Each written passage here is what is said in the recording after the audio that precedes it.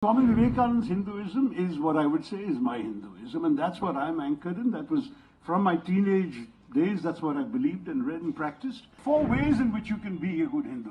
There is no place for saying, as some unfortunately claim in the name of Hinduism, they sort of reduce it to something like the team identity of the British football hooligan. And they say, you don't support my team, I'm going to hit you on the head. If you don't say Jai Shri Ram, I'm going to flog you. That's not Hinduism. It is exactly a way of being, a way of life, and a way of relating to the cosmos.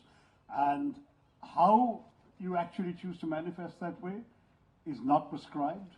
There are multiple choices, multiple beliefs, multiple ways of worship, multiple deities you can imagine to focus your worship on.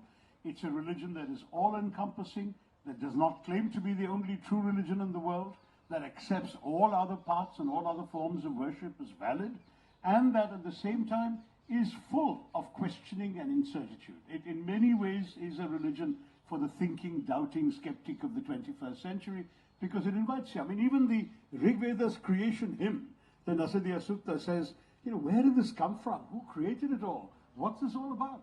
Maybe he in the heaven knows, or maybe even he does not know. Can you imagine a religious precept that actually casts doubt on the omniscience of the Creator? But that's precisely what Hinduism does. Everything is open. We have no Hindu Vatican. We have no Hindu Pope. We have no Hindu Sunday. You can worship any of the 7 days of the week. You can dedicate that day to any of your deities. We have no compulsory obligations or rituals. We have so many sacred texts that 1,000 years ago, Adi Shankara had to confine himself to a limited number to give his interpretation of the faith when he was trying to revive Hinduism. So who am I to sit here and try and give you a one-sentence definition? It is all of this, and it is not something else.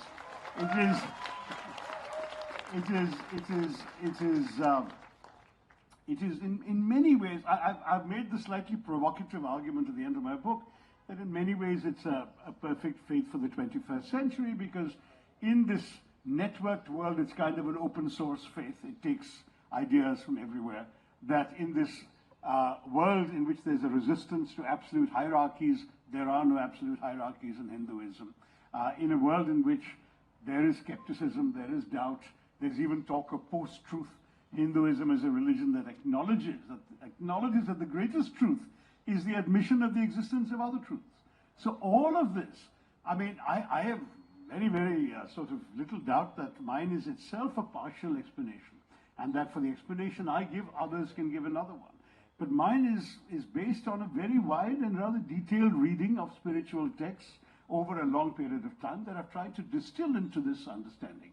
But it's very close to the way in which Hinduism was taught and preached 1,000 years ago by Adi Shankara. Then, of course, various revival and reformist movements came. Then Swami Vivekananda gave it the modern coloring in the last decade of the 19th century. And Swami Vivekananda's Hinduism is what I would say is my Hinduism, and that's what I'm anchored in. That was from my teenage days, that's what I believed and read and practiced. And I don't believe that Hinduism is often properly understood by those who claim to be speaking in its name. And that becomes a particular challenge, but that I know is not what this is about today. But then where is the sort of religion in this? It sounds to me like you're making the case for something that's very, like there's skepticism at its heart, and there's pluralism and liberalism as well. Yes? So we're seeing pluralism, liberalism, and skepticism as the cornerstones of what you're defining, and you're saying it's very 21st century, it's open source.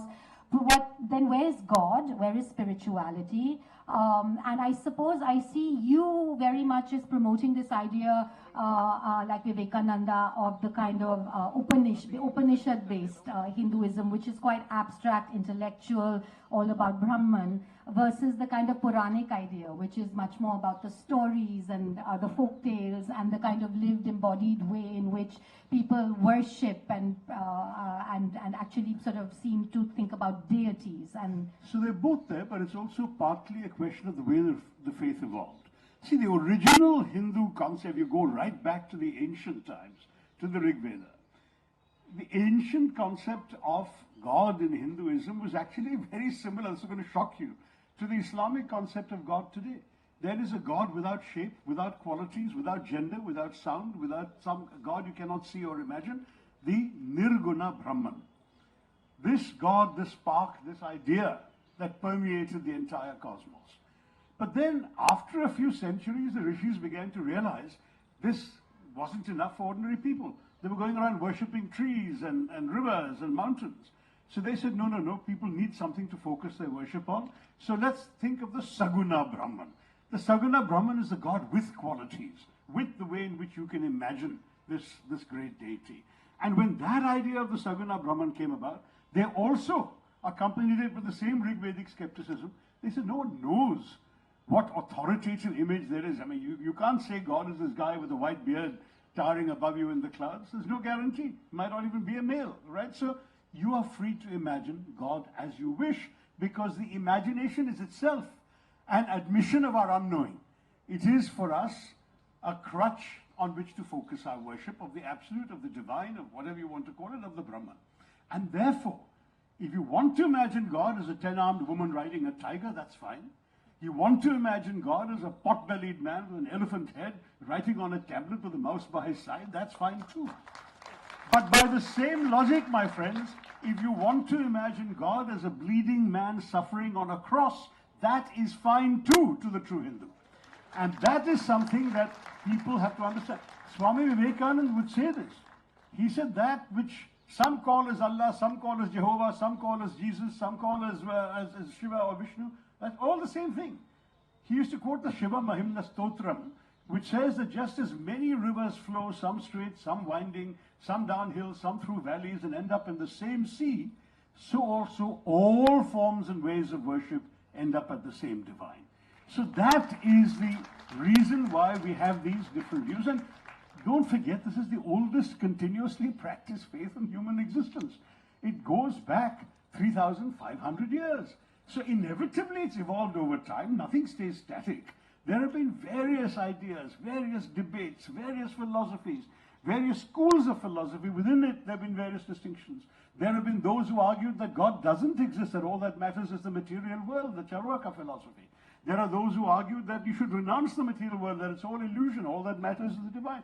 All of this is permissible in Hinduism. You have to read and pick and choose. There are four forms, as Vivekananda brilliantly summarized it. The four ways in which you can be a good Hindu, right? So there's Jnana Yoga, which is through reading and knowledge. You find out about these spiritual ideas, as I've tried to do. There's Bhakti Yoga, which is what most people do. That is, they go and worship. You go to a temple, have a puja room at home, pray. That's Bhakti Yoga. Then there is Raja Yoga, which is interiority, meditation, looking for the truth within yourself.